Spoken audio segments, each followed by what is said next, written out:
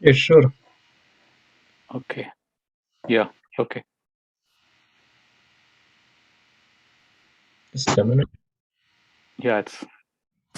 Can you see the Yeah, database? Okay. please, I can see. Patram pushpam phalam toyam yo me bhaktya prayachati taddaham bhakti uparitam ashnami prayatatmanaha. Patram pushpam phalam toyam yo me bhaktya prayachati taddaham bhakti uparitam ashnami prayatatmanaha. Patram pushpam phalam toyam yo me bhaktya prayachati tadaham bhakti upahritam ashnami prayatatmanaha.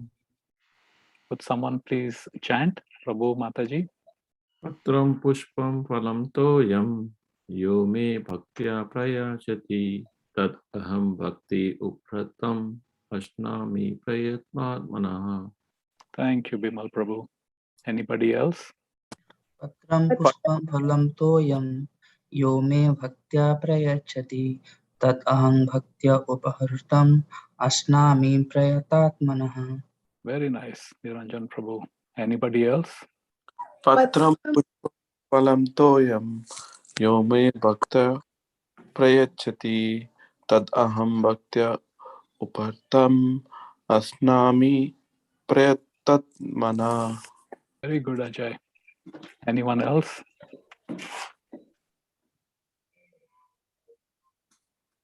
Patram pushpam phalam toyam yo me prayachati tat bhaktam asnami pratyatmana.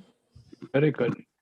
पत्रं Mataji. पुष्पं फलं तोयं यो मे भक्त्या प्रयच्छति तदहं भक्ति उपहृतम् अस्नामि प्रयतात्मनः। Very good. Thank you, everybody, for chanting the shloka. So now we'll read the synonyms and translation and purport by Srila Prabhupada. Srila Prabhupada ki jai. Patram, a leaf. Pushpam, a flower. Phalam, a fruit. Toyam, water. Yaha, whoever. Me, unto me. Bhaktya, with devotion. Prayachati, offers. Tat, that. Aham, I. Bhakti upahritam, offered in devotion. Ashnami, accept.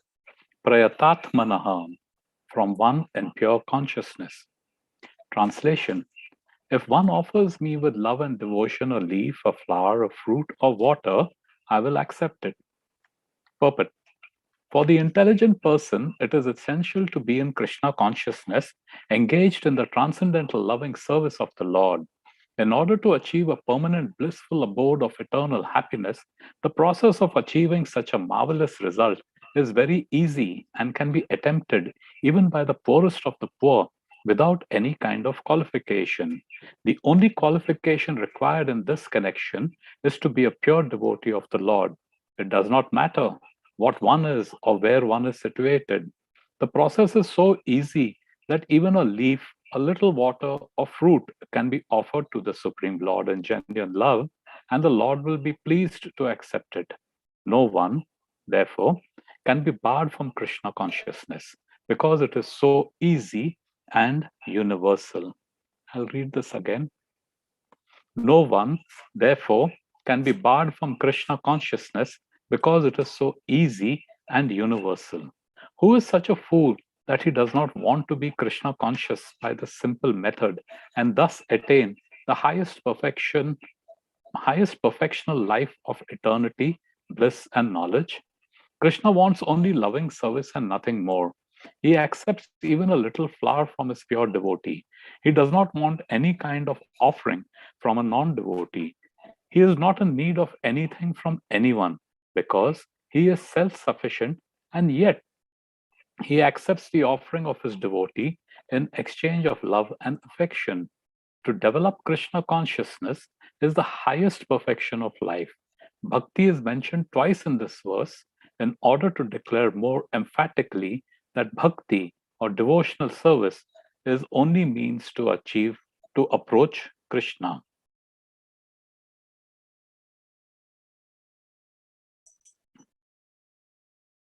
Bhakti or devotional service is the only means to approach Krishna.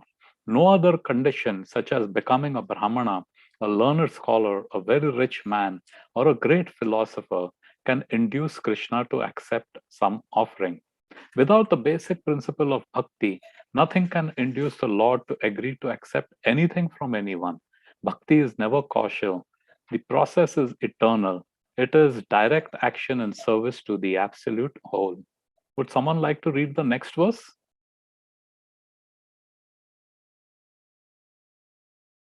Okay, I'll read.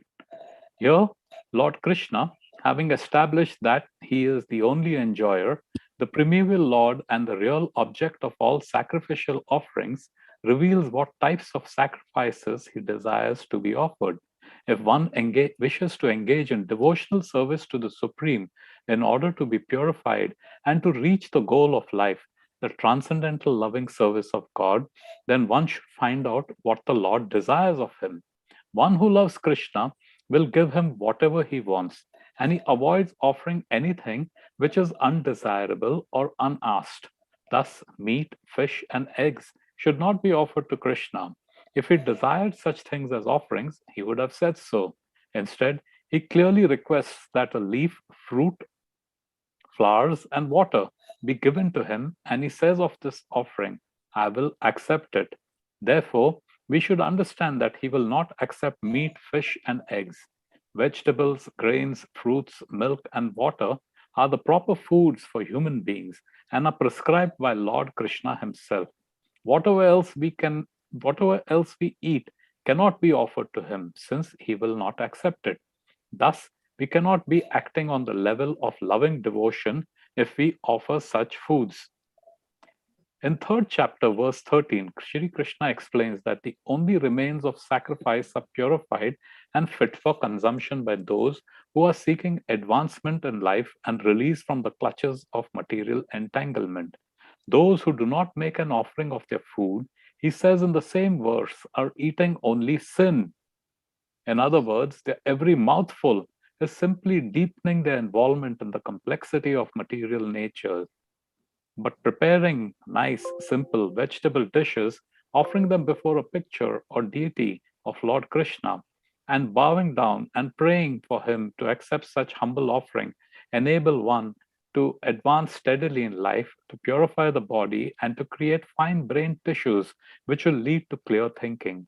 Above all, the offering should be made with an attitude of love. Krishna has no need of food, since he already possesses everything that be. Yet, he will accept the offering of one who desires to please him in that way.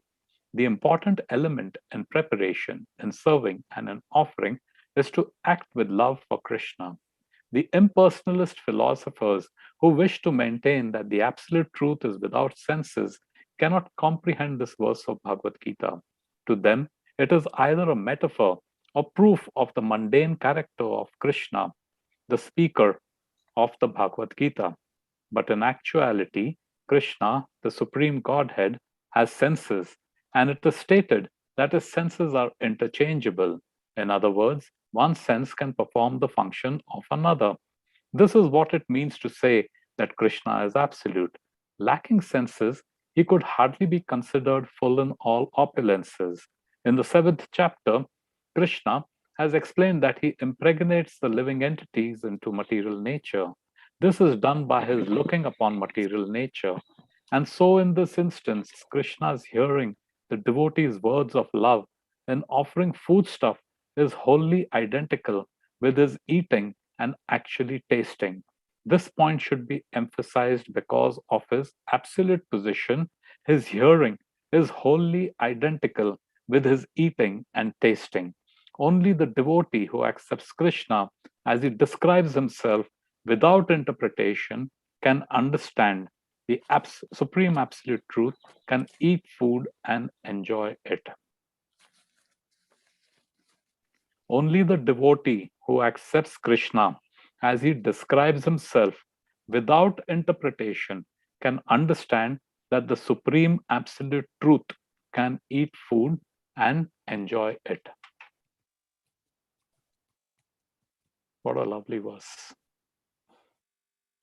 Om Agnyantimirantasya Gyananjana Shalakaya Chakshurunmilitam Yena Tasmai Shri Guruve Namaha Shri Chaitanya Manobhishtam Sthapitam Yena Bhutale Swayam Rupa Kadamayam Dadati Swapadantikam Vandeham Shri Guru Shri Yuta Padakamalam Shri Gurun Vaishnavamscha Shri Rupam Sagrajatam Sahagana Raghunathanvitam Tam Sajivam Sadvaitam Savadutam Parijana Sahitam Shri Krishna Chaitanya Devam Shri Radha Krishna Padam Sahagana Lalita Shri Vishakhanvitamscha He Krishna Karuna Sindhu Deenabandhu Jagatpate Gopesha Gopika Kanta Radha Kanta Namostute Tapta Kanchana Gaurangi Radhe Vrindavaneshwari Krishna Bhanu Sute Devi Pranamami Hari Priye Vanchakalpa Tarubhyascha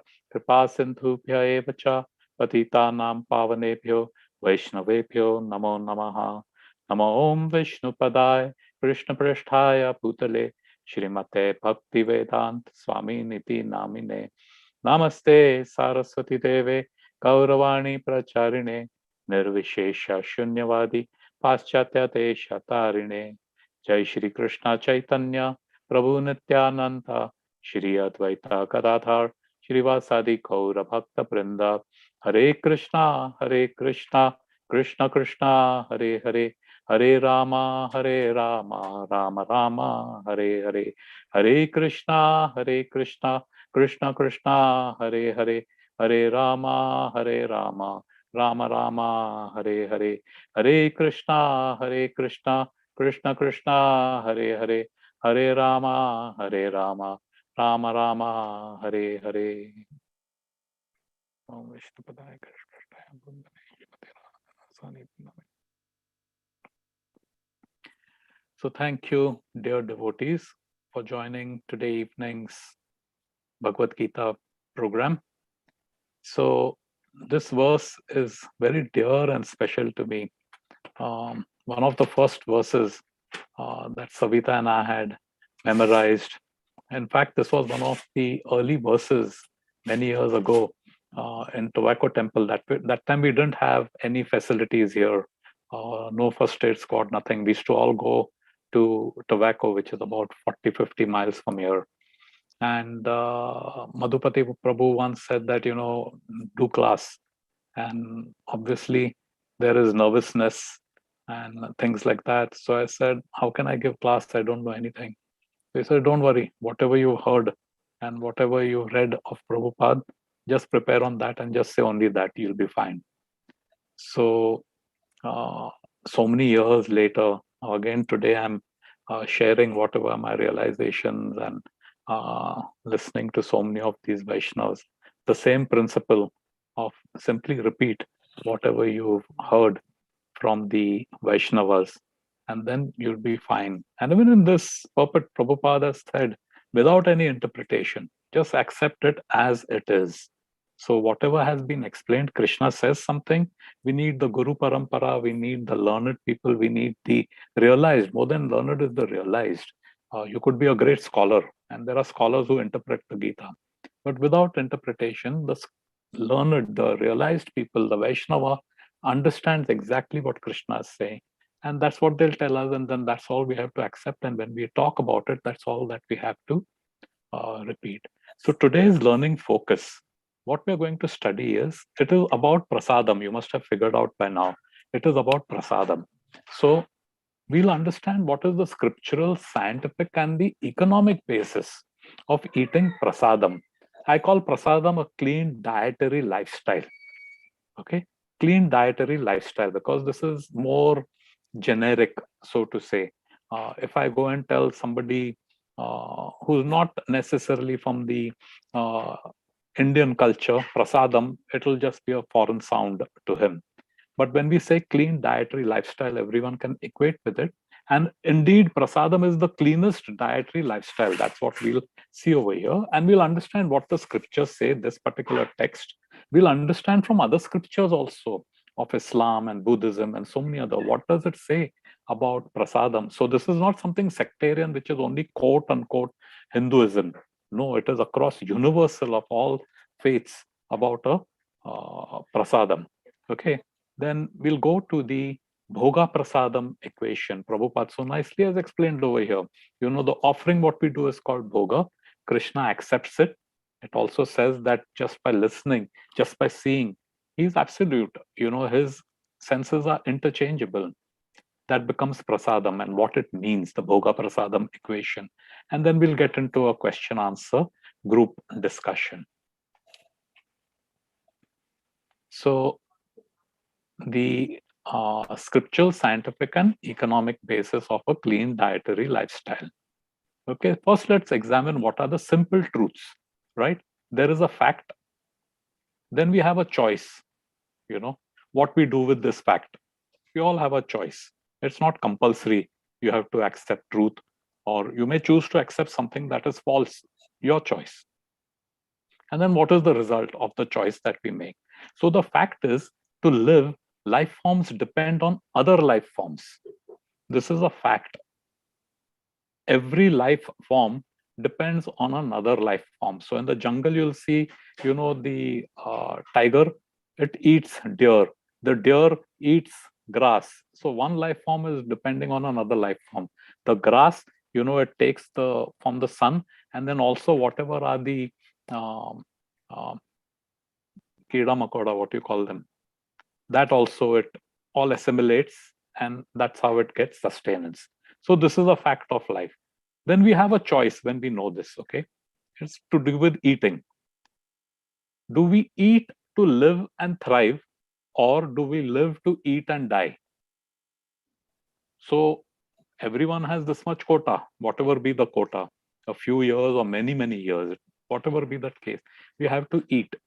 So when we are eating to sustain life, are we thriving, or are we eating and just then simply dying? What are we doing? That's the choice that we have to make. And then the result, we are actually what we eat. Literally, this is not metaphor. Literally, we are what we eat. And there is enough of evidence to show the type of food that we eat affects not only bodily, but also it affects the psychology. So, for example, if someone is a flesh eater, you know, it's more aggressive, more agitated.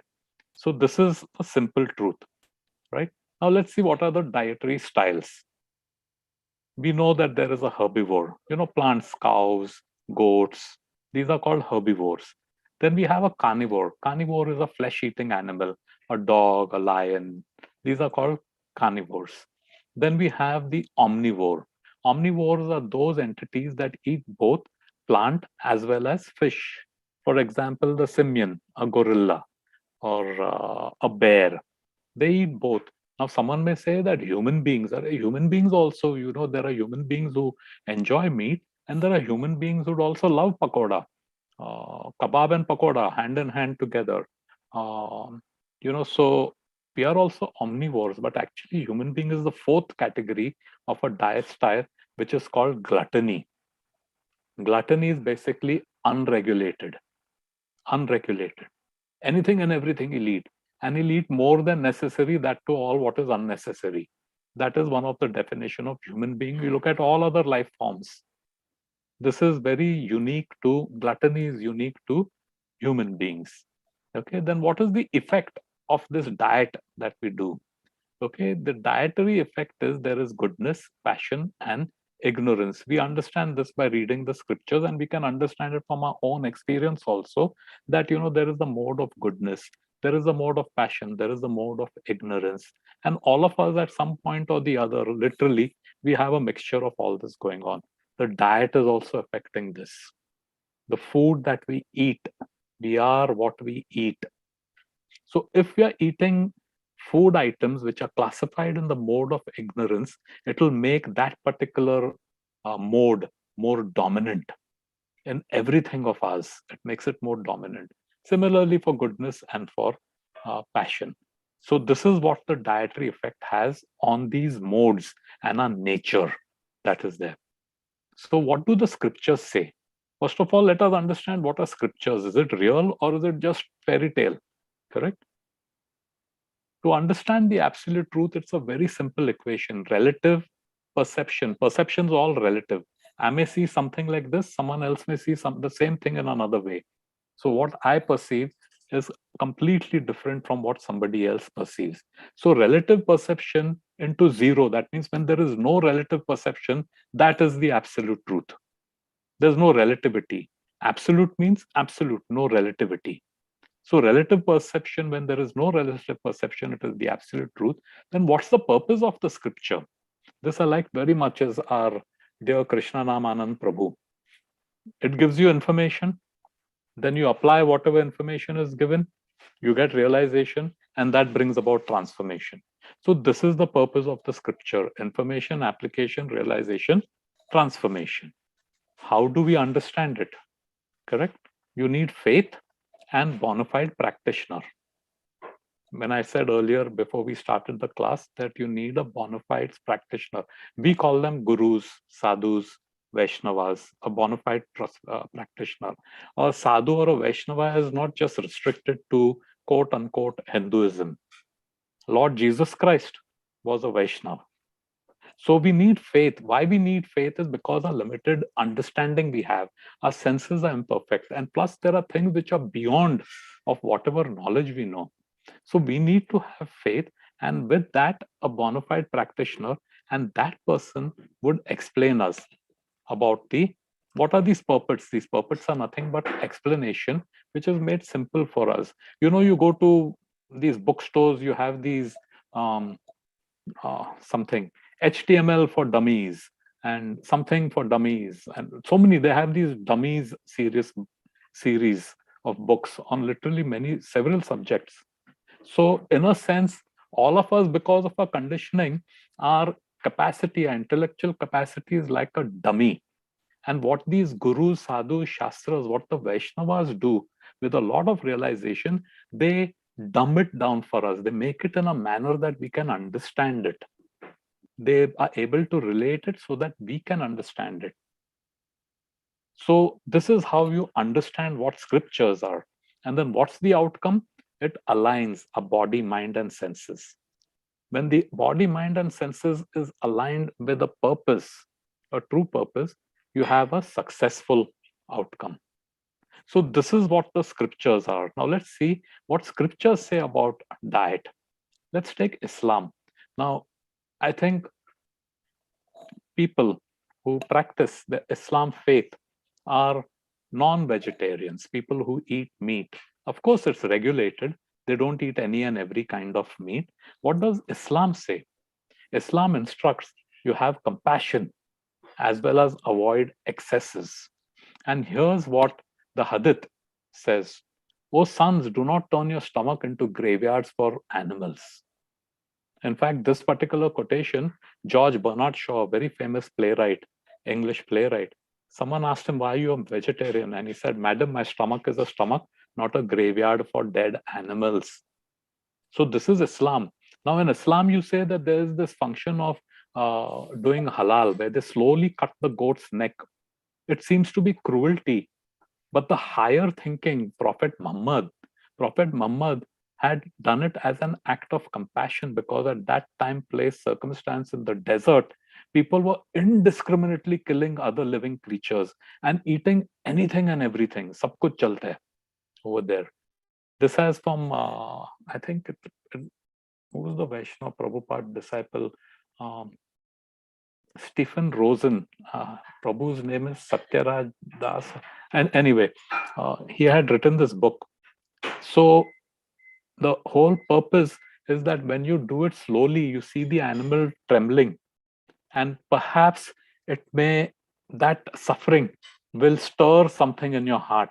No, what I'm doing is not right. I'm inflicting so much pain on the innocent creature. And it may change your outlook, it may change your behavior. However, what has happened is today, almost all meat eaters do not butcher the animal themselves.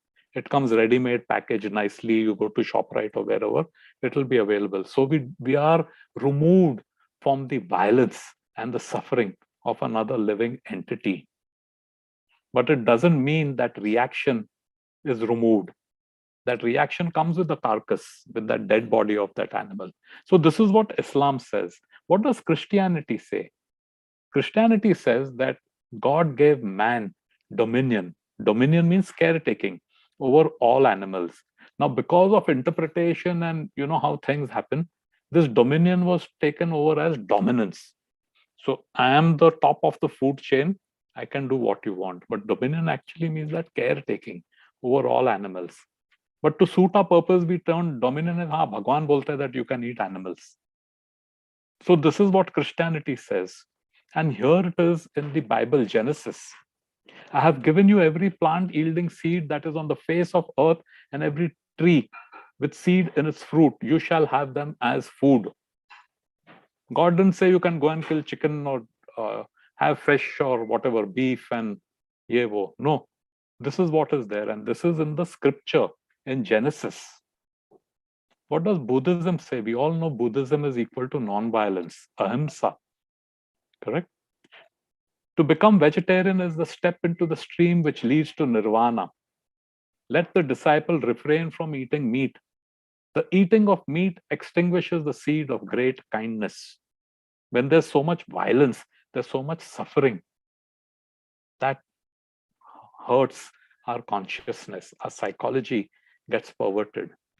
Guru Nanak Sahib, he had said, I forget, you have these dohas in Punjabi. I've forgotten the doha, but what it says is that when there are blood stains on a cloth, how ugly it looks. On a white, pure cloth, there are blood stains. It looks so ugly. And that same blood, we put it inside us. How can our consciousness ever be nirmal? How can it ever be pure? So this is Buddhism. What does Hinduism? And Hinduism, if you notice here, I put quote unquote. The actual right term is Sanatana Dharma. But Hindu bolke, okay, fine, Hinduism. What does Hinduism say? This particular, that he can control the urges of the tongue, can control the urges of the belly, genital, and the mind. The mind, tongue, belly, and genitals all come in a straight line, if you see. So it starts with the tongue. If we can control the urges of the tongue, taste, and speech, you'll automatically control the bellies of the urges of the belly. Similarly, lust of the genitals, and then the mind. And then it comes to a plane where it is sober, so to say, and you can pursue higher things, not at the base level of eating, sleeping, mating, and defending. And of course, today's words, Patram Pushpam Phalam Toyam. This is what Krishna says. What do the Parsis say? Parsis explicitly promote vegetarianism. Be plant eaters, men, you may live long. Keep away from the body of cattle. What does Sikhism say? The official code prohibits eating of meat. This is what I said earlier. I forgot that doha. If someone knows, please chant it.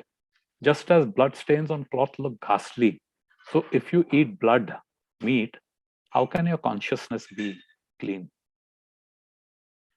So this is what happens. We have mind, body, spirit, and there is the source, correct? It's completely disconnected with the diet that we have. However, if you have a diet which is recommended to get connected with the source, then it gets aligned and we are directly now in connection with the source. Otherwise, it is not really possible. It's something like, you see how this is going up. We're trying to bend it with all our forces. It'll again spring back up. It's only a matter of time before that happens.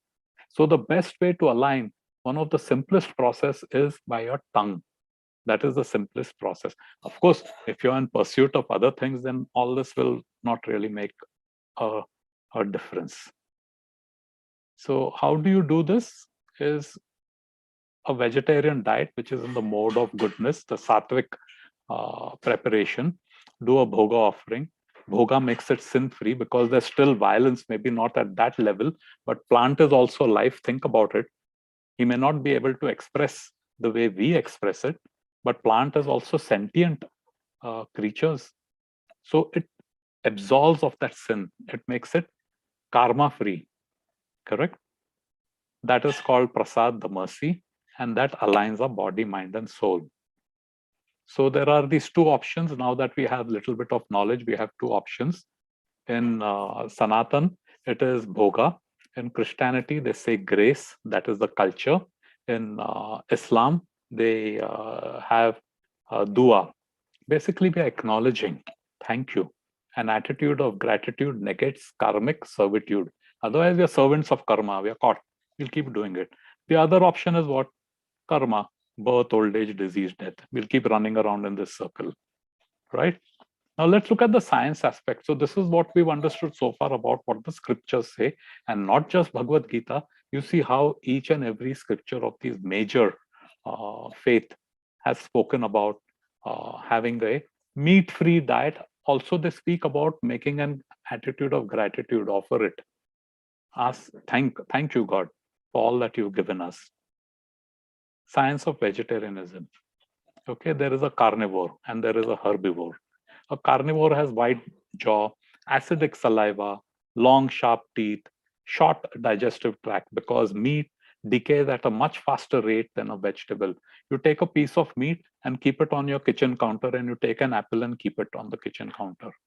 The apple will remain for a week or more. Meat will start decaying within a day.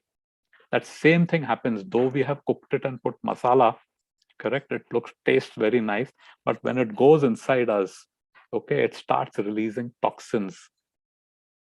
It starts releasing toxins. Why? Because the human being has an extremely long intestine. The digestive tract is extremely long. Look at the herbivore's characteristic.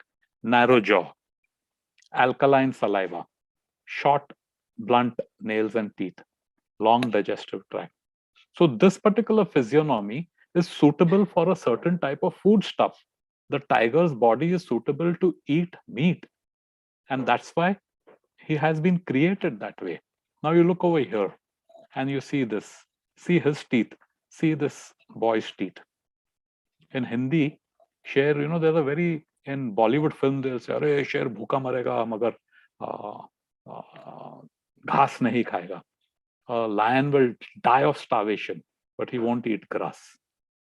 Whereas you look at a human being, मानस का हवस उसे कुछ भी खिलाएगा. Meaning to say, our greed will, anything and everything will lead, and you can see it. Some years ago, it became a huge scandal in United Kingdom, where a lady delivered, and the fetus, they actually ate the fetus. Can you imagine this? Cannibalism. We think cannibalism is in the jungles of Amazon and all that. No, here, people properly educated, like you and me, sitting around eating the fetus. How disgusting. And this is what mankind, with all his technology, all his advancement, has come down to this. Wo kuch bhi khayega, he'll eat anything. What happens? The animal kingdom is in balance. We are disharmony, totally out of balance. Impact of diet on our life, death, and unhappiness. This is our country here. CDC, meat addiction is linked to obesity. 1 in every 3 American or something is obese. Obese is not fat. Obese is, I think it's more than 33% of your ideal weight. 1 in 3 person is obese. Our dietary profile, 95% in US, meat-based, 5% vegetarian. This leads to disease. 72% of the population is afflicted with a serious illness. Death rate, 1 in 5 deaths. 20% people die because of diet. And what Shastras have been saying since time immemorial, a vegetarian diet gives physical and mental benefits. It's more satisfying. Okay, look at the economics. World Forum, Economic Forum. It's good for the economy too. In US, if people take a vegetarian, adopt a vegetarian diet, it'll have $55 billion in cost savings. which includes everything. People who don't show up for work because they're ill, this, that, and everything. So there is a monetary benefit. A family of 4 will save $3,000 in food costs. And a meat diet doesn't just kill an animal. We think it kills animals. No, there's a lot more damage than just the life of the innocent creature. Meat industry is the biggest polluter. We have this climate change, right? 18% of greenhouse gases are because of the meat industry. They are factories. Earlier, people used to have them, chickens and hens and goat and cattle, and then they used to slaughter them to how much ever they need. Now you have factories, resources. It depletes the natural resources, grains, water, land. 1 kilo of beef needs 25 kilograms of grains and 15,000 liters of water. 30% of the earth is used for cattle factory, livestock. Cattle mean pigs and all the livestock. Livestock grain drives up prices.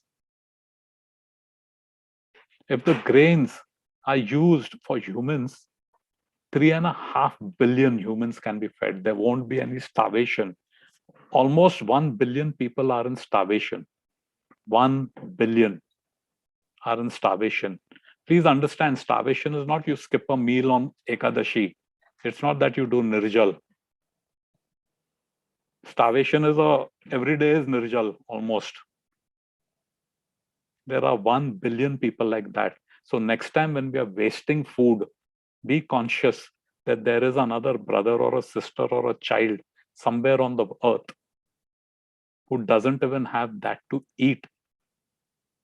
So this is what happens with livestock grain. It drives, it could feed an additional 3.5. It would wipe out hunger. And obviously cruelty. The way animals are kept, the way animals are slaughtered. And that's killing us all. Whether you're a meat eater or a vegetarian, doesn't matter. They're fed antibiotics, all these animals. And we are getting to be antibiotic resistance. Now see this picture, such a sweet little sheep. I don't know what they call baby sheep. Now someone will say, so sweet. Someone looking at it will say, arey, kya tender meat hai. What nice tender meat it is. How do you know whether it is sweet or tender meat? How does a person come to this conclusion? Same thing. Someone will say it's so sweet. Someone will say his mouth will start watering when he looks at this little baby. Okay, here's the decision tree. We all are living entities. We are all conscious. Consciousness is a symptom of soul, Prabhupada said. And we have the free will. Krishna has given us this free will. Our misuse of free will brings us here in the first place, correct? And then we also know the soul is like a tenant, and the gross body and the subtle body are the apartment which this soul is occupying for a certain time period. Death is when your lease gets over. So this is how we are, correct? And we have this choice that we make. A choice will give us action, reaction. It will give us horrible reactions. Horrible actions will give us horrible reactions, or will be totally action-free. So how we make use of our free will, how you can make use of your free will depends on your consciousness. And that is what the body and the gross body and subtle body will fall in line. So if you want to be a karma, reaction-free, it will start with how we make use of this and consciousness and our free will. And it will be the gross body and this, you make a choice that I'll start eating prasadam. So we come to the bhoga prasadam equation. Offer sattvic offerings. Now vegetarian also, there is onion, there's garlic, there are other things also which are vegetarian, correct? But they agitate the mode of ignorance. As it is, we are ignorant. You don't want to be more ignorant. So come to a platform of goodness. Because when you come to a platform of goodness, the mind is less agitated and it's easier to understand things which are beyond understanding. So make a sattvic offering, correct? With gratitude, love and devotion. When we make a bhoga offering, we are acknowledging, Tera lakh lakh shukar hai. Thank you. Who has given us these apples? It's not that I went to ShopRite and purchased apple. I'll say, yes, with my hard-earned money, I went and purchased the apple. But if you're the owner of something, you're the proprietor of something, you have full control over it. Then you can order the apple. I'm going to eat you after 6 months, you will remain fresh as ever. Is that possible? No. The apple will work on its own timetable. So we understand that this has come, you may say it came from the garden. Where did the garden come from? Where did the tree come from? So the source is who? Krishna. He has provided the nature, the bounty of nature for us. So we have to be grateful. So with gratitude, with love, with devotion. Yesterday when I was sitting preparing for the class, Savita brought this point up. She's saying, we have to be grateful. The simple act of sustenance, we breathe air, we eat food, the water that we drink. Krishna says in Bhagavad Gita, I am the taste and water. So when we do it with gratitude, with love and devotion, correct? That becomes bhoga. Bhoga is enjoyment. Krishna likes that. And because he is absolute, with his eyes he can eat, with his ears he can smell, doesn't matter. And when anything is in contact with Krishna, it is spiritual. So what happens with bhoga? Krishna accepts our offering, the bhoga. He's pleased with it. And that's where his mercy comes. When he gets pleased, it's his mercy. Hey Krishna, he's Karuna Sagar. That mercy becomes prasadam. Prasadam literally means mercy. So prasadam, what happens when we eat prasadam? It purifies our gross and subtle body. It fortifies our faith and sadhana. When faith becomes strong, the sadhana becomes easier. And vice versa. And finally, it clarifies. Clarifies as in Cheto Darpana Marjanam. Correct? Our consciousness, and then that relationship is developed. In fact, deity worship and whatever we are doing is so that we can establish a relationship with Krishna, a personal connection with Krishna, rather than it just being something abstract and philosophical. Shachi Mata was mentioning the other day, right? Something about Ekadashi last Friday with Madhupati Prabhu. So Mataji was saying that, that attachment gets developed with your deity.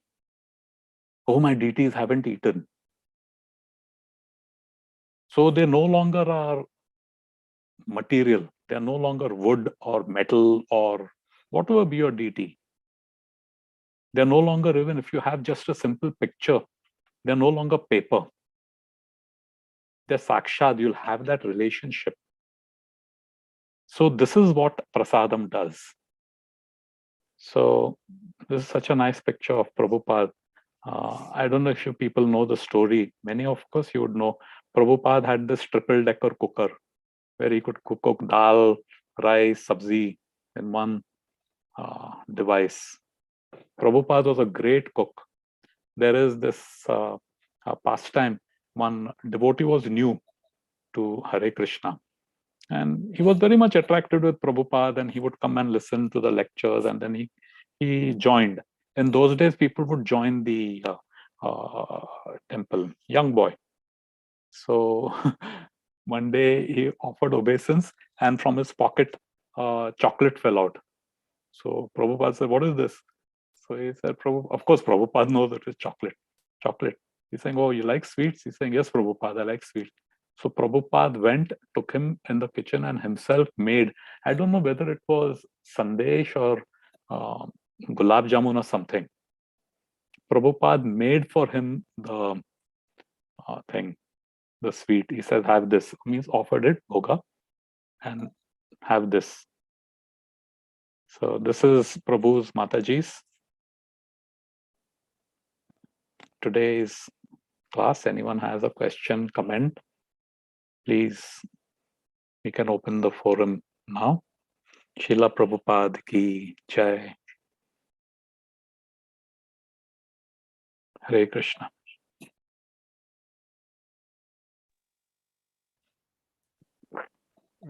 Hare Krishna, Amritananada Prabhuji.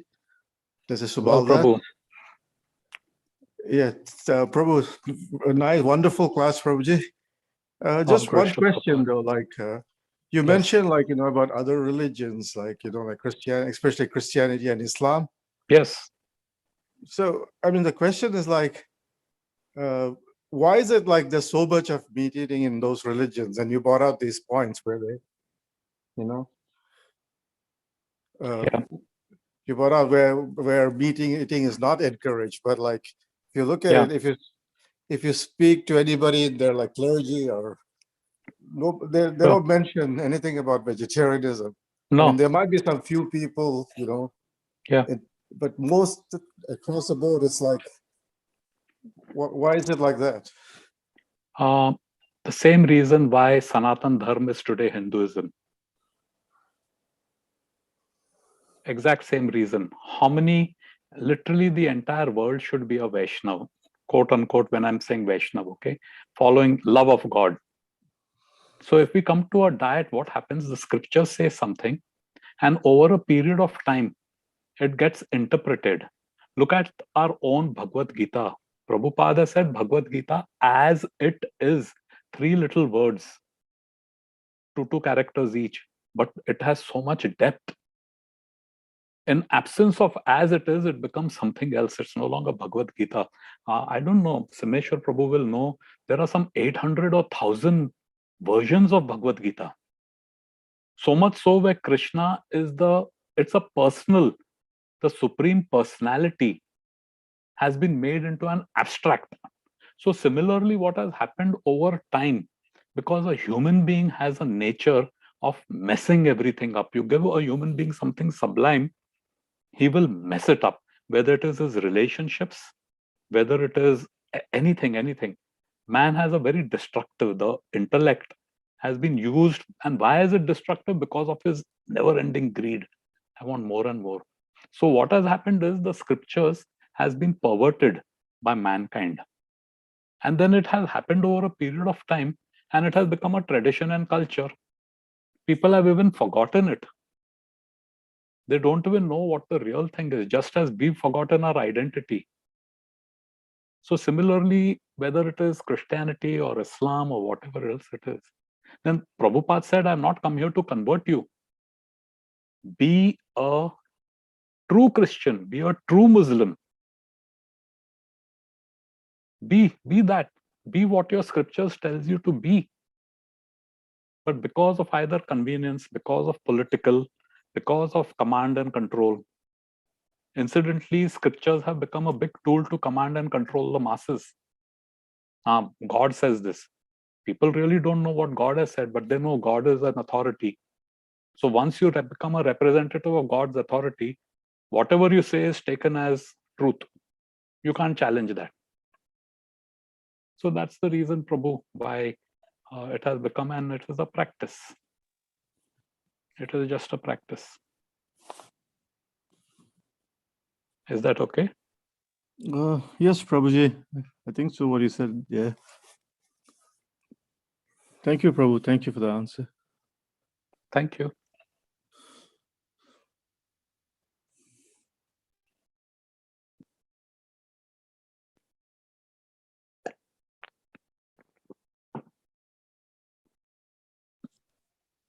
Hare Krishna Prabhu, Dhamma Pranam. Pranam Mataji. All glories to Srila Prabhupada. Jai Prabhupada. Prabhu, thank you for the wonderful explanation. I was just wondering, a thought came was how we practice in our daily Krishna consciousness activities. We still see that a lot of anarthas are surfacing, even though we are aligned with some of the dietary restrictions, or we are following the regulative principles, and and keeping everything in check, but at the same time, we are struggling with some of the anarthas that are surfacing in the process. So how do we understand what we learned today and what we are dealing in the process? We have to understand, Mataji, we came to Krishna consciousness 1 week, 1 year, 10 years, 20 years, 50 years ago. But however, our conditioning is for time immemorial. We can't even know how long back. The very fact that we are in this material and we've been going through the circle of birth and death, not necessarily in the human form. We could have been through any one of the 8.4 million life forms. We've been going up and down, upper planetary systems, Earth, lower planetary systems, everywhere we've been traveling. So we are carrying all this with us, baggage. All that is there in our consciousness, which we call anarthas.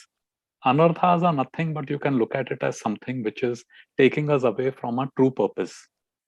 Our true purpose is, now we've got this chance, our purpose is to go back to our original position. What is our position? Krishna Das, Nityara, eternal servant of Krishna, to be serving Krishna. So what happens, Mataji, now that we have an opportunity, we get engaged, we listen to somebody, something attracted us, and now we start practicing. So when we are practicing over here, we're still having a lot of baggage that we're dragging. And the more intense our practice, the more regular our practice, the more seriously we do our practice, the less and less of that baggage, the baggage becomes less and less, the more baggage we drop away. Sometimes it's just a force of a habit that we have. But staying with it, being consistent with it, being intense with it, will help us rid all of that. So some people make progress like this, and some people take long time to do it. It doesn't matter. It just depends on how much of that baggage we are carrying. And of course, more importantly, in terms of what is he's a recipient of that mercy. So we should have our focus that we have to do. The other example which is given is there is a fan which is going full speed. The moment we come in connection with a devotee and the moment we start practicing, no meat eating, no gambling, no this, no that, do's and don'ts, we start doing it even imperfectly. What happens? It is like switching off the current. The fan runs because of that current. It is like switching off the current. But just because you've switched off a current, does the fan stop immediately? No. It'll go and then it loses its power and then slowly, and it becomes standstill. So coming in contact with bhakti, so much so even if you're doing it imperfectly, so keep the focus on staying connected.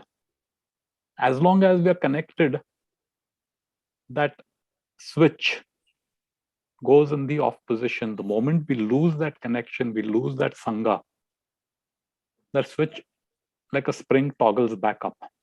And again, the fan will start rotating. So we should not worry much that I'm still having anarthas. We should understand, yes, these anarthas are my doing. I have accumulated it. But I am very lucky that I've got this opportunity. And as long as I'm in connection, so focus on staying connected and focus on keeping the practice. The results won't happen overnight. We take a seed and we go and plant it. Just because we put water, will it immediately sprout? It takes time. It'll become a little sapling. You keep taking care of it. You protect it. You put a cage around it so that, these animals and birds and all will not come and peck at it. Then it grows stronger. It becomes into a stout little branch, and then it becomes a huge mango tree. And then it yields the fruits. But our approach should be like we are like a Mali gardener. That Bhakti Lata. Lata is a creeper. That Bhakti Lata creepers only grow when it has support. So the Vaishnav Sangha is where the Bhakti Lata creeper moves. So yeah, Mataji, it is okay. anarthas. But keep in mind, Prabhupada said, the process is perfect. Even if you're doing it imperfectly, we will get that result. So it's good you're thinking like this, ki why I still have it. There is some transformation happening. Is that okay? Yes, Prabhu. Thank you so much. Thank you.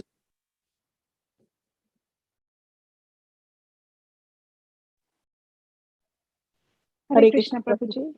Hari Sorry, Bol. Mataji, go ahead. Mataji, go ahead.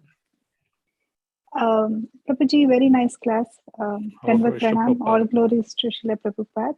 Hey. I always have this question on the food, and it's good that we discussed today. So, as you mentioned, right, that in some of the cultures like Islam or something, they are meat eaters, and our consciousness is highly driven by what we eat, right? Yes. So it is definitely true. But in my experience, right, I mean, I have been brought up in a town where there is a sect of Islam called Bohra community. I don't know Yes, if you I'm very know. familiar. I have some very good friends who are Boris.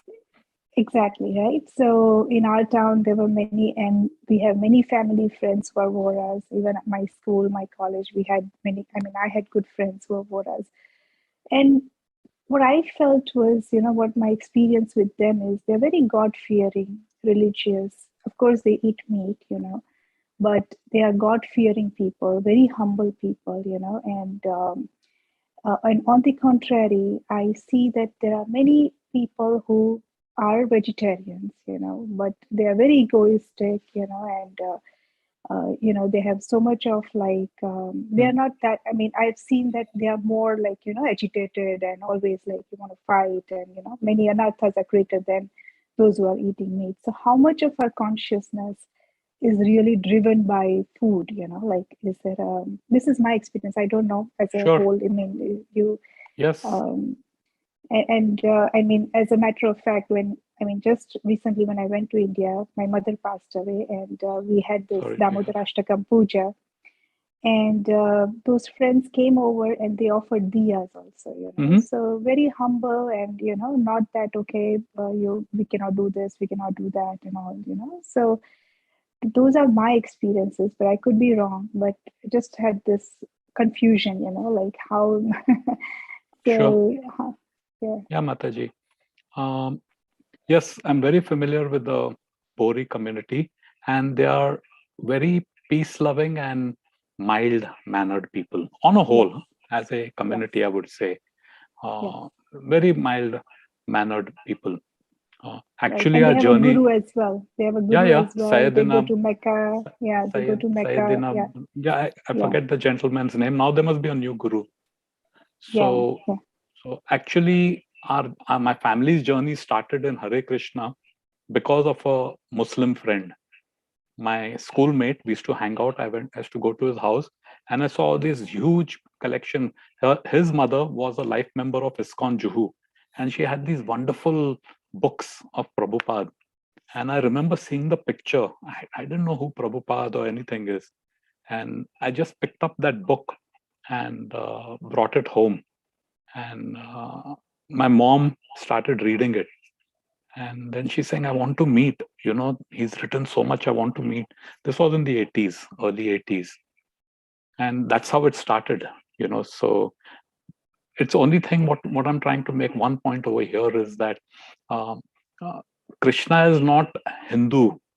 Krishna is universal, and it doesn't matter where, what. Now, what we have to understand is, Mataji, when we eat food, it affects our physical body as well as our psychology, subtle body, mind, intelligence, and ego. How it affects, medical science has proven it. One example I gave you, meat decays at a rapid pace, and when it goes into our long intestine, it starts releasing toxins. Whereas for a carnivore, it eats, removes the nutrient, and it's flushed out of the system. So that is fine. But in our case, it's not flushed out immediately. It decays, and it is messing up. Now, what is happening is, just as it is messing up with our body, it is messing up even that. When I told you there's always violence involved when we are killing, eating meat. We may not have personally engaged in that act, but whatever that we're eating is something which is very violent. And that effect is our thinking. So what happens, it's not to say that people who eat meat are all aggressive and all, hot-headed. No, not like that. But what happens is that consciousness that we have, the way we think, the way it robs us of our compassion. It just robs us of our compassion. We become more self-centered. As it is, we are self-centered. But the very fact that I could consume something and it's actually for taste, there is enough of sustenance in the nature that no one will go hungry. It's because of a taste, it's because of a habit, it's because of a culture that I don't even think that someone has gone through pain and misery and torture and killed just because I can enjoy a kebab. I like the taste of kebab or whatever it may be. So it robs us of compassion. So whatever are the fine qualities, it just kind of takes it away till such time we become oblivious. We don't even care about it. So from that aspect, the psychology or the thinking, we really don't think of animals as living creatures. Yeah, some animal died, so what? I have to eat. Now, the other point that we have to note is, incidentally, Prophet Muhammad was a vegetarian. Incidentally, he was a vegetarian. So what we have to see is, whether it is in Islam or whether it is in any other thing, people firstly is that, follow what your scriptures are saying. Now, I can interpret dominion to be as control. And because I control, I can do what I want. But control is relative. You don't have absolute control over it. Control in this case is caretaking. As a father, when my child is small, I have control over the child. Does it mean I can do anything and everything with that child? So the other point which you raised is that people are eating vegetarian, but still they have so much of anger and arrogance and all the undesirable traits which are there. Vegetarianism helps. However, free will is what matters. I have that choice. If I start feeling that, oh, I'm a vegetarian and that person is a meat eater, I have more compassion than that person, that is your arrogance. What's the point in you being a vegetarian? My Guru Maharaj said, during Ekadashi, we fast. But you fast as Nirjal Ekadasi until everybody in the congregation comes to know, oh, Amritanand, he doesn't even drink water on Ekadashi. Oh, he chants 32 rounds, 64 rounds on Ekadashi. I'll make sure everybody knows.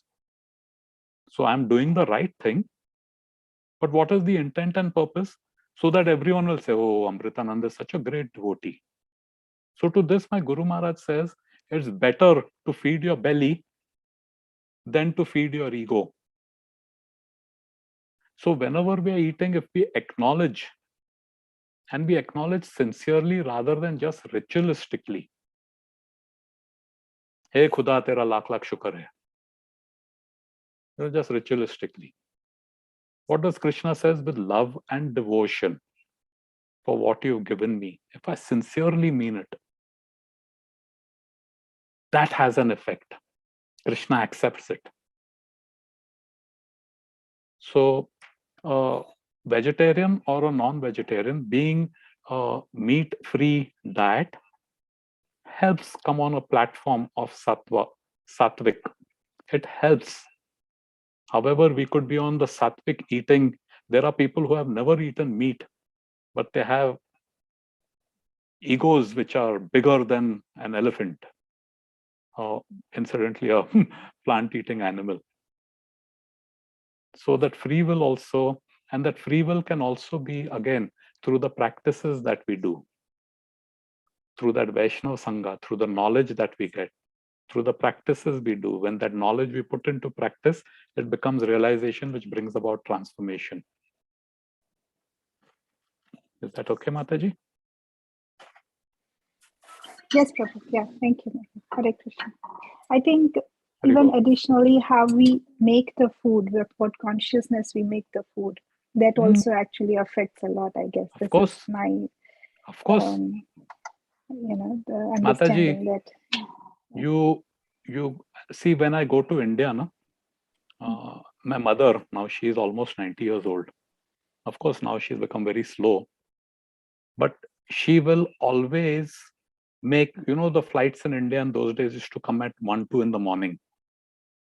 So she used to make my favorite dishes. And when I come home, she'll have it ready on the thing. Now, when you eat, now, one of my favorite is Rajma. I love Rajma. Now, what is it? If she gives you the exact same recipe, it won't taste the same. When we eat food in a restaurant, that same Rajma, of course, temporarily we may say, nice, nice. But the food which someone makes with love, that consciousness of the person is literally transferred in the grains, literally. And try it out. You're angry, you had a fight. You'll do the exact same recipe. In restaurants and commercial establishments, the preparation, no matter how delicious it is profit. Whereas when your mother or a loved one makes something for you, the motive is your pleasure. And you can actually feel it. You can actually, so yes, you're right. When the consciousness gets transferred. So when we cook for Krishna, just think about, the mood of humility. Krishna, who am I? I'm getting an opportunity to cook for you. Radharani cooks for Krishna. And Radharani never repeats a recipe. Never. So that is Krishna and Radharani in Vrindavan. His mercy, he's taking our food. Growth modified hormone and all, whatever pesticide which is put on that. He accepts it. So when we are cooking, we have to be in that mood, I have this service to cook for you. And when I'm cooking for you, Krishna, I hope you like it. Take the mercy of the Guru Parampara. Help me. Be focused, and how it helps you remain focused and all, as you see when you go for bhoga cooking in the temple, of course, the standard is higher.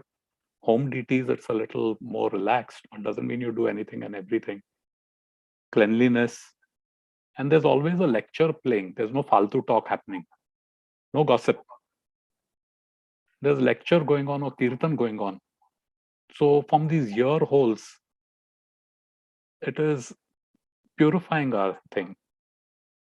So the mood in which we cook, the mood in which we offer, the mood in which we eat the remnants, prasad, all that matters. Everything matters, Mataji. So consciousness plays a very important role. And in this chapter, Krishna has said, right in this text, Prabhupada who offers me love and devotion. And Prabhupada has explained in the purport, from cooking, it will start from the time we go to the market to buy. So when I'm buying that bhindi, you break that little tip on top to see whether it is good or bad bhindi. So I'm saying I'm picking this up for Krishna. When you are doing with attention, it becomes better. Attention to detail is a symptom of love. So that's how our transformation happens. Thank you, Mataji. Thank you, Prabhu. Hare Krishna. Actually, I have to thank Anuradha Mata. Is she there on the call? Hare Krishna, Prabhuji, Dandavat Pranam, all glories to Ah, Prabhupada. How are you doing? Mataji, Hari Bol.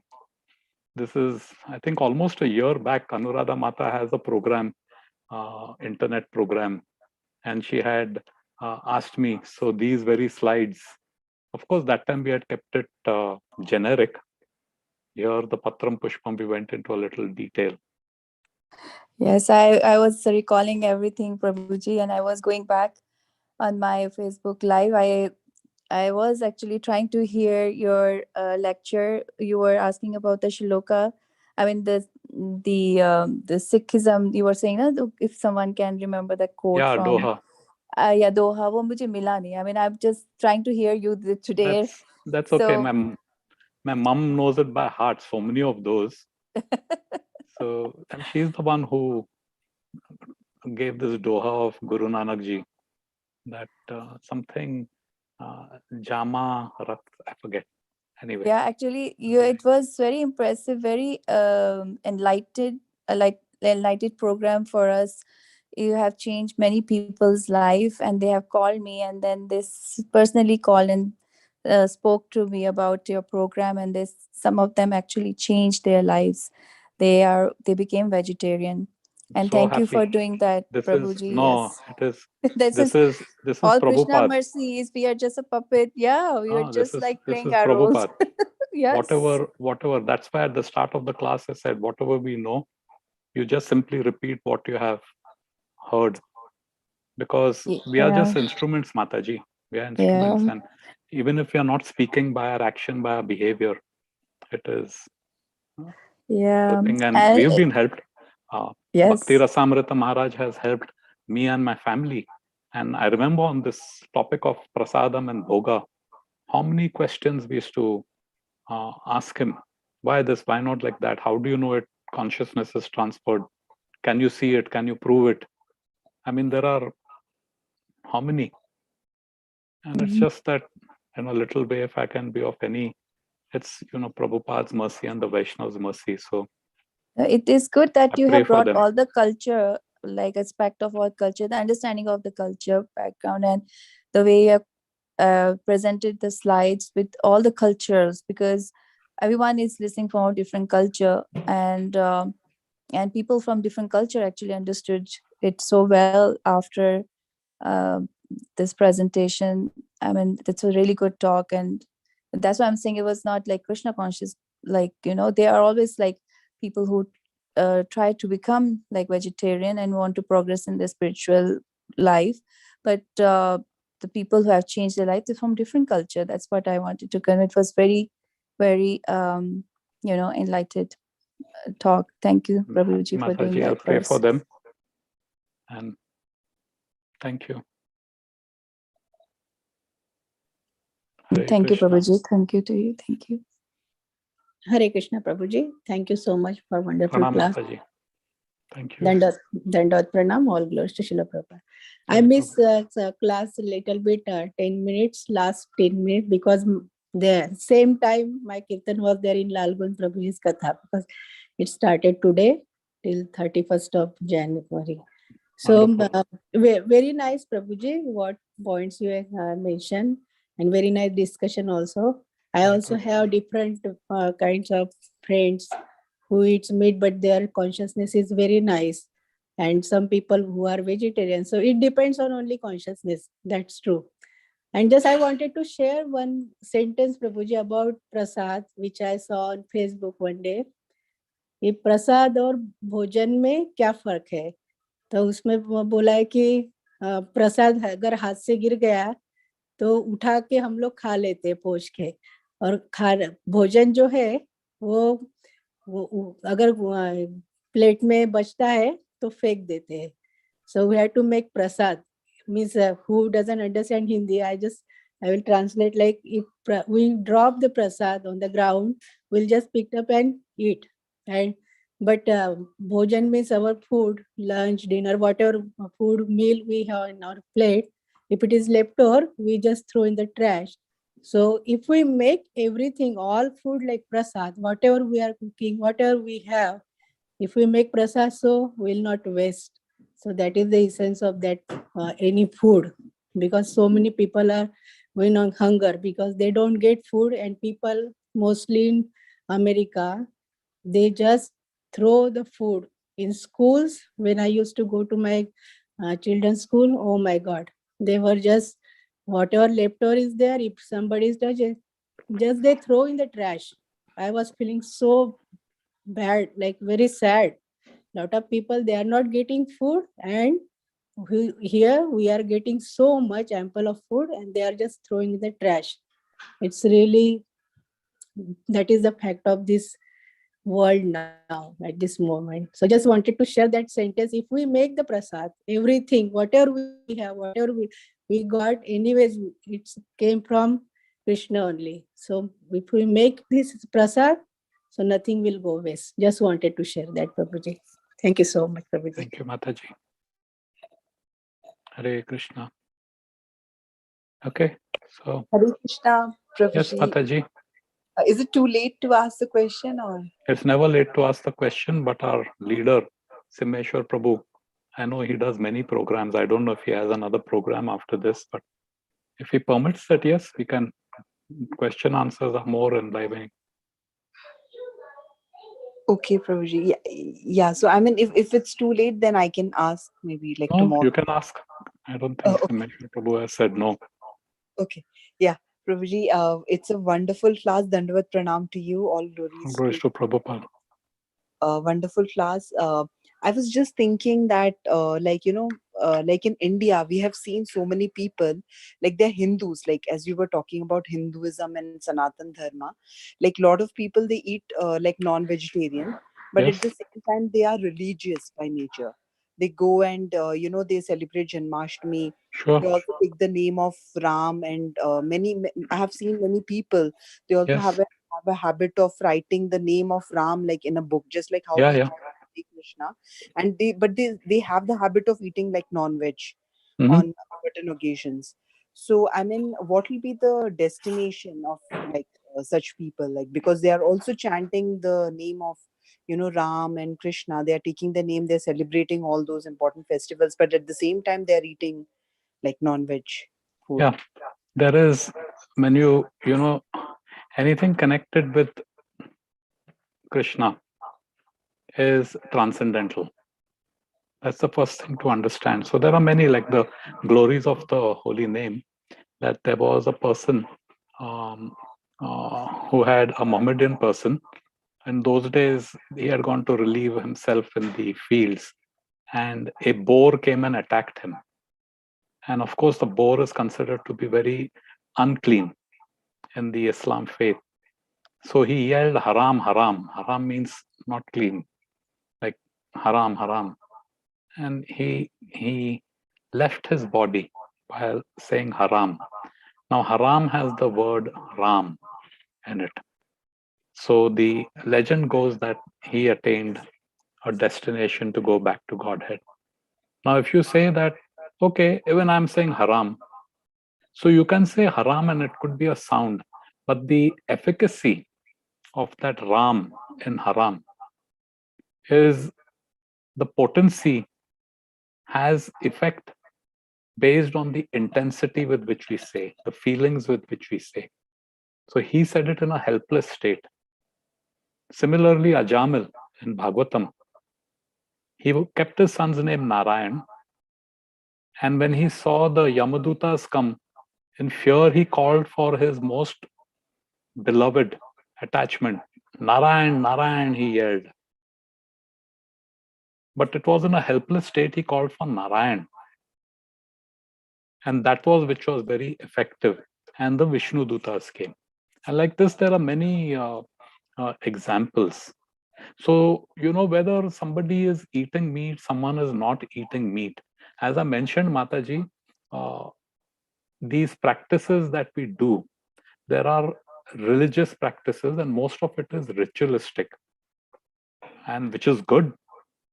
Of course, it will have some benefit. But if we are looking for a destination which is back to Godhead, then it requires consistency. It requires the guidance of Guru, Sadhu, and Shastra. and not something which is whimsical. It requires proper knowledge. It requires proper practice, with which our intensity and the basis on which we do these becomes more effective. So it's something similar. The person is writing Ram, Ram, Ram, which is nice, very nice what the person is doing. Or he may be writing Allah, which is also very nice, equally nice. So the point is, Mataji, when I chant, I'm taking the names of Krishna, Rama, Hare. But where is my mind? My mind is somewhere else altogether. So it's something very similar, that fine, a person is doing something constructive here, but at the same time, he's doing something which is not as constructive to whatever is that purpose of doing. So it is, actual devotion is 24/7, 365. Unmotivated, unconditional, uninterrupted. Not 1 hour morning chanting or half an hour Bhagavad Gita, 1 hour class, or whatever it is.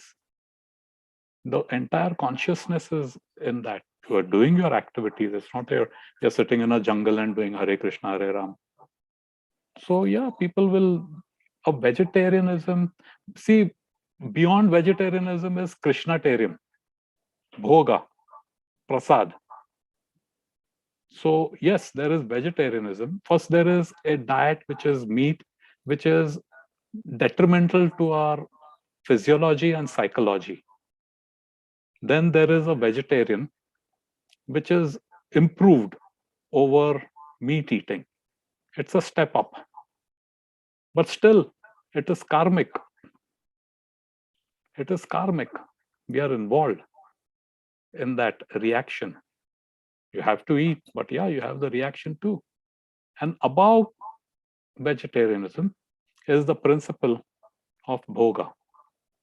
We offer the bhoga, we eat prasadam. That is a karma. Does that answer your question, Mataji? Yeah, Prabhuji. So I mean, if I understand it correctly, you mean to say the consciousness is something that plays an important role. So even if we are trying to chant Hare Krishna, but our mind is not focused on that mantra, it is similar. Is it similar situation to a person who is like eating, like doing the karma which is not prescribed as per the scriptures, like eating some meat and then still trying to chant, like write the names of Not as severe. I used it as an example in the sense that it is mixed. I'm doing a correct activity. Hare Krishna, Krishna Krishna, Hare Hare, Hare Rama, Rama Rama, Hare Hare. It will have some effect. But because my mind is running here and there, it's becoming mechanical, what I'm saying. That effect is reduced. Now, if I put my mind fully concentrating on hearing the sound, on chanting properly, it's something like this, Mataji, we make lasagna, and that cheese gets all burnt and stuck to the bottom of the pan. Now we put it for a wash, and you take a scrubber and you're just very lightly, you're rubbing it. How long will it take for that thing to come out? Long. But agar aap जोर से घिसो, you really rub it hard with all your strength, and how quickly it will come out. So similarly, we are taking the name, but it's like just, superficially. My consciousness is somewhere else. So the sound vibration, which is a spiritual sound, and because my consciousness runs somewhere else, that spiritual sound becomes something else. Chandramouli Maharaj had said in one of our Bhakti Vriksh classes, when we chant how it goes, Hare Krishna, it will start off Hare Krishna, Krishna Krishna, Hare Hare, Hare Ram, Ram Ram, Hare Hare. Then I say, I have to do 16 rounds. It's sound. Sound is coming in. Our mind, we're chanting the Maha Mantra, but the sound is something else. So Maharaj said that, whatever you're doing at the time of the death, that's what happens. So if you're chanting like this, then, two odd looking creatures called Kish Kish and Rom Rom will show up to take a soul. And we'll get shocked. We'll say, who are you? He says, you've been calling us all your life. Kish Kish and Rom Rom. So Hare Kish Kish Kish Rom Rom Rom. Kish Kish Kish Kish Rom Rom Rom. Vishnu Dutas won't be there. So the whole point is the consciousness is extremely important. And a person who's eating meat has a different kind of a consciousness. It's not that we have to think that, oh, I'm better than the meat eater. No, we are not better than a meat eater. We are more grateful. Be more grateful. We are not great. Somehow or the other, we got connected. And when a person gives up meat, he takes a step up for his body and physiology and psychology well-being. It helps. And then when you get in the process of offering and having prasad, that's another step up. But at the same time, a free will remains.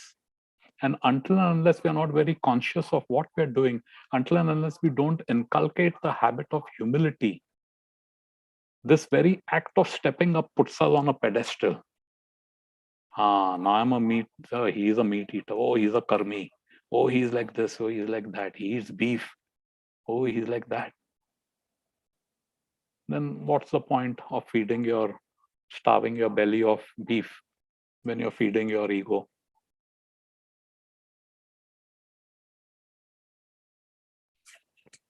Hare Krishna, Babuji. Yeah, Mataji.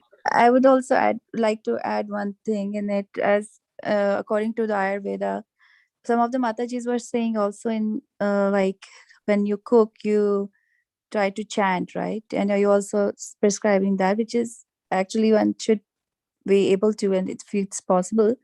But also when you eat food, you also make an environment to eat, like you connect yourself with the food. Yeah. You pay attention to the food. You don't Yeah. talk while eating. Similarly, when you're eating prasad, you also make connection with Krishna, that you have made this arrangement for me, that I am able to, eat this prasad or bhoga, and it's your mercy. Like kind of you talk it out to that. And I'll give this example quickly. I was visiting one of my friends. They were just talking about some gur.